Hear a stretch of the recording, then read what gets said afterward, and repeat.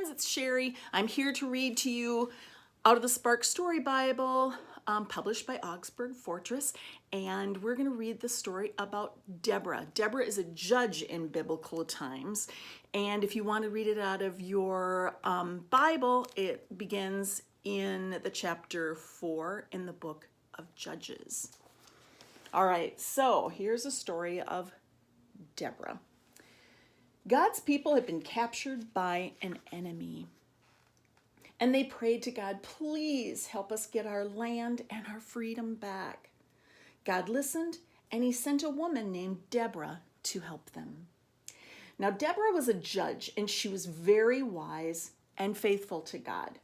She gave people the messages from God and helped people talk out their arguments. Every day, Deborah sat under a palm tree.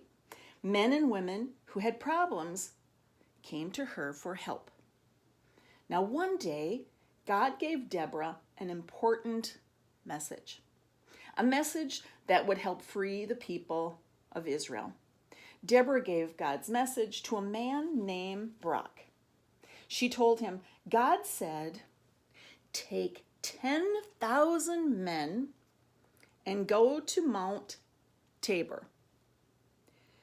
God will help you defeat the king's army, and the Israelites will be free. Well, Barak said, I'll do this, but I will need your help.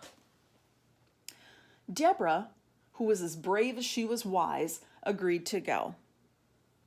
Barak and Deborah took 10,000 men to Mount Tabor. There was an awful battle. Yelling and fighting went on, and the noise was loud, and it was terrible. But God always was with Deborah and the Israelites, protecting them and keeping them safe.